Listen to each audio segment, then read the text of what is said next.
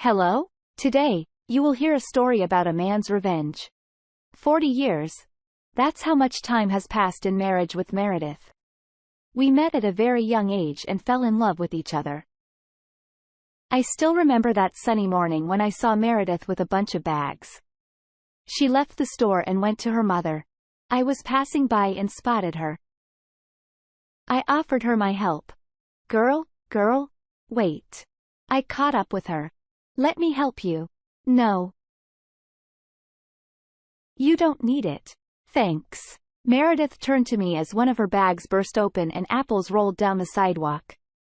Stop it. It's not hard for me, really. I said, helping to pick apples. Young man, thank you very much. Meredith thanked me. I took all the bags on myself since I didn't have a car then. After I helped carry the bags, I asked her to meet again for coffee. The girl agreed. I was incredibly happy that day. Our meetings continued. Everything was just gorgeous. Meredith was very easy and fun to talk to. Those were carefree student years. It didn't take much to be happy back then. We were just happy to be together. And soon we got married. Adult life forced us to change. I wanted to provide for Meredith. She, of course, worked the same, but I still tried to make her life as happy as possible. But it was difficult. There was no way to find a decent job.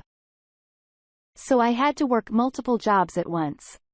But it gave me joy that I could please my beloved girl with expensive gifts. But life led to the fact that this was not enough. Harry, how long are you going to be dragging around in all these worthless jobs? You really do not earn anything and we need more. Meredith began to speak reproachfully. Dear, I'm trying very hard. It's not as easy as it seems, but I promise that our future will definitely be rich and happy. You've been talking about this for years. And there was no result and no. I think more and more that I married a loser. Meredith, what are you talking about? Everything I do is just for you. And instead of support, I get a spit in the face. I'm not going to support the weakling anymore. I'm not going to stay in poverty until old age. Meredith replied harshly. Such scandals happened more and more often. I noticed that Meredith became very interested in money, although she herself did not really strive to earn them. She could only blame me for this, and I was very offended. Yes. I did not earn millions, but every penny I earned came to me with very hard work. And Meredith didn't appreciate it. But I was still in love with Meredith. She was everything to me. I thought that I would still reach the heights in my development and then everything would change for the better. Soon I started to get it. Through trial and error, I created a successful business that was actively developing and bringing in a good income.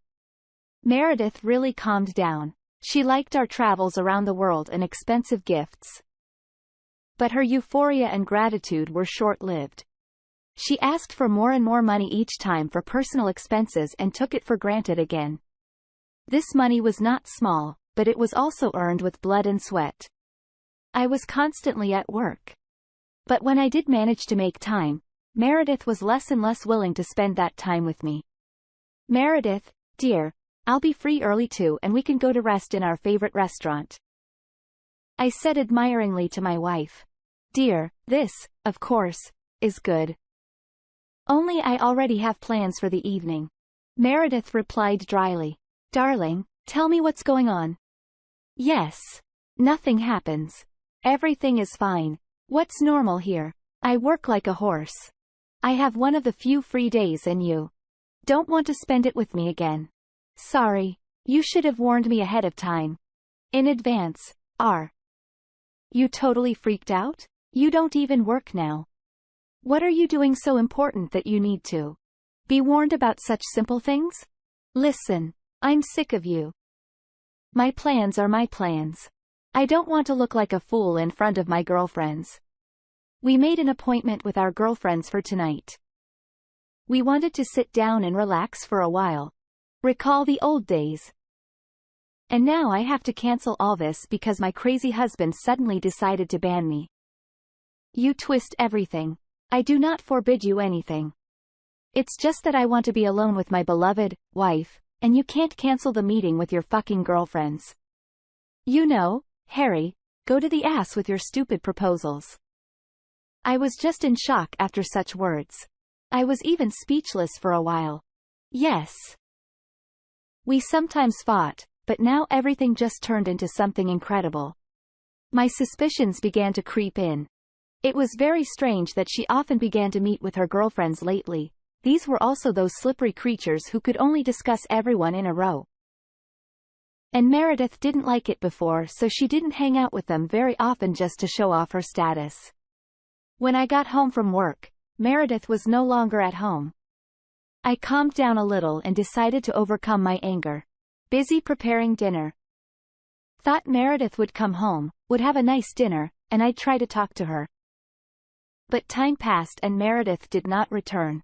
Dina is long gone. I sipped my whiskey glass while waiting for my wife. Soon I fell asleep in the chair. I was awakened by scratching near the front door. It was already almost morning. I jumped up and opened the door. Before me stood drunk in the trash and shabby wife who was trying to open the door. What the hell, Meredith? I asked anxiously. Harry, don't scream. Well, a little late with my girlfriends. Meredith replied. A little. Yes. It's almost morning.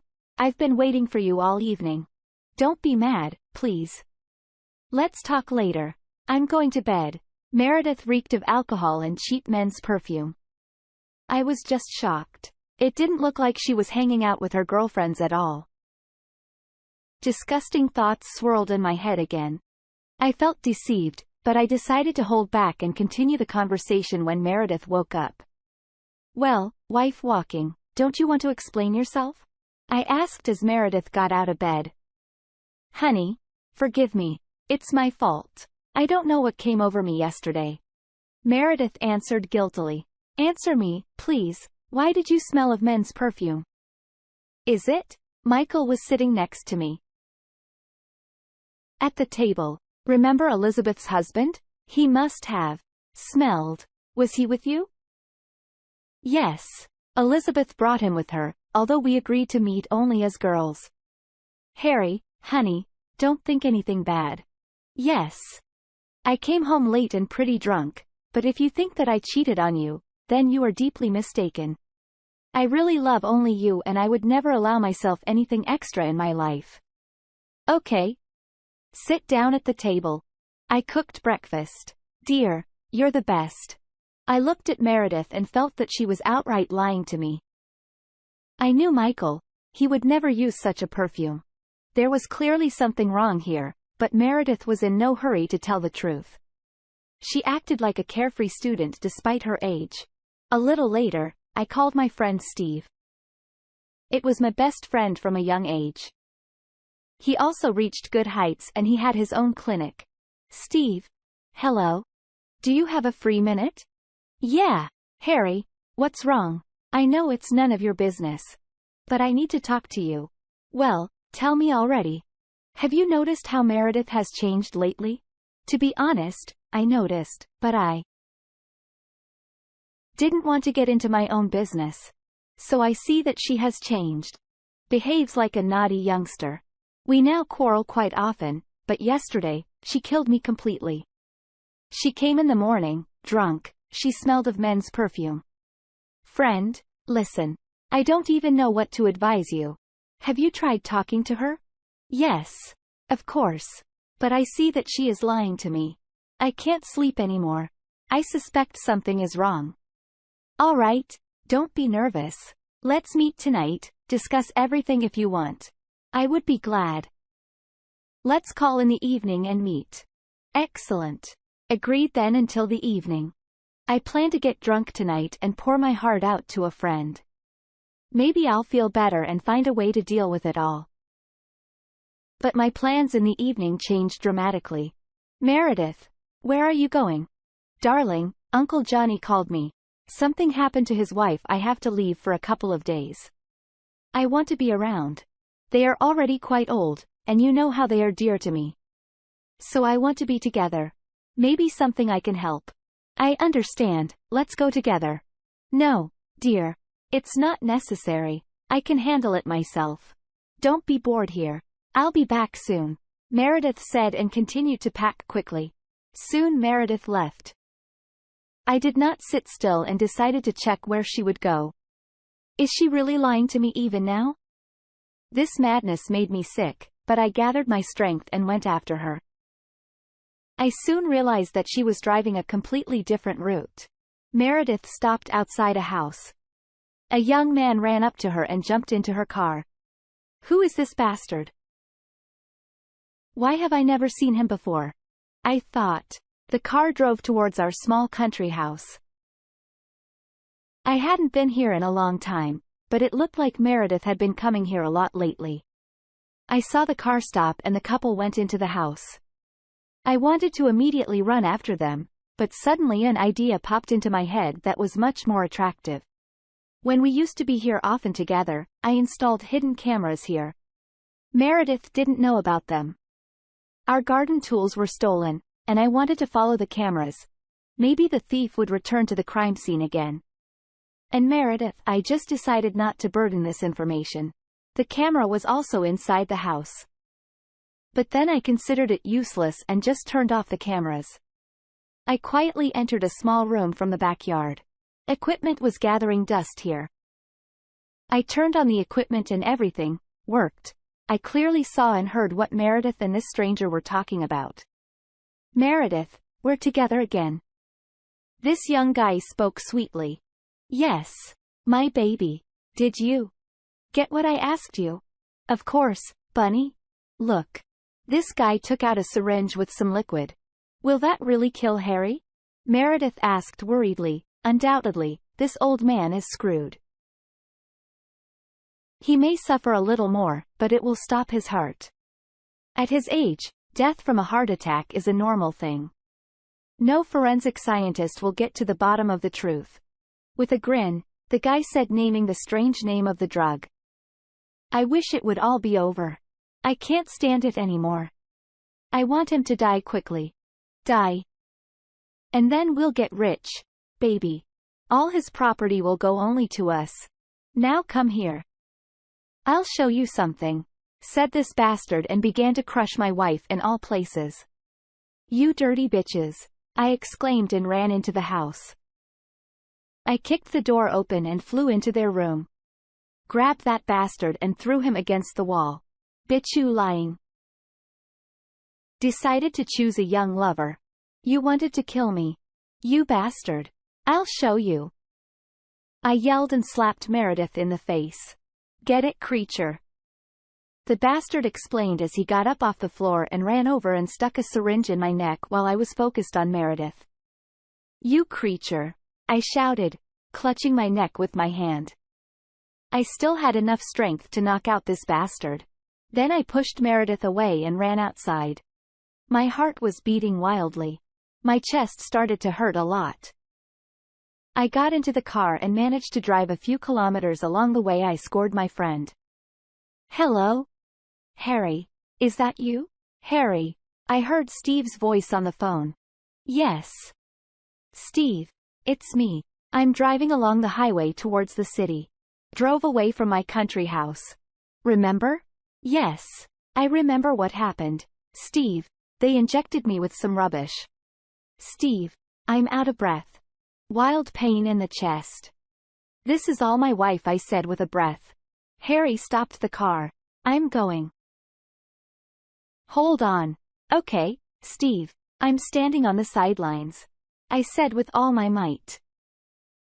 The last thing I managed to tell Steve was the name of that drug. I don't know if Steve heard me because I started to black out. When I opened my eyes, I saw the bright light of a light bulb in the ward. Finally, woke up, Steve said happily. I barely had time, a little more, and you would have died. It's good that you were able to name the drug. I quickly found the antidote. You called my wife? I asked anxiously. Not yet. You said it had. to do with your wife, so you decided to wait until you wake up. Well done, Steve. Right, I said with relief. I decided to get revenge on those bastards, and I had a great plan. I told Steve everything and asked me to call my wife a little later to say that I had died. Let those bastards have a little cheer for my vengeance. I remembered the password for remote access to the cameras. The equipment in the country house was still on, so I was able to connect without any problems. I saw that those bastards were still in that house waiting for news. I saw how happy they were when Steve informed them of my passing. And I went there again only already prepared. I drove up to the house and started to wait. This young bastard went out on the terrace to smoke. I crept up behind him and covered his mouth with a rag soaked in chloroform. The guy collapsed and fell to the ground. I then sneaked into the house unnoticed and put Meredith to sleep in the same way. When they woke up, they were tied on the floor.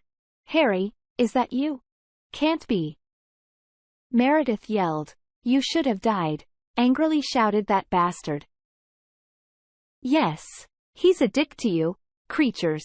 I am more alive than all the living.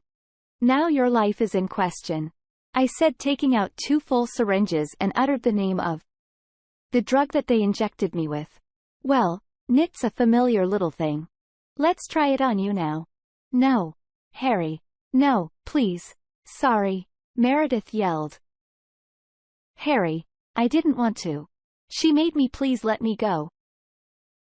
The bastard sobbed like a girl. No, creatures. It's too late to ask for forgiveness. Now the doctor will give you an injection, I said with a grin, and injected them with syringes. These creatures screamed and writhed in horror. It was real agony. They soon passed out. I didn't inject them with poison. It was a common sleeping pill.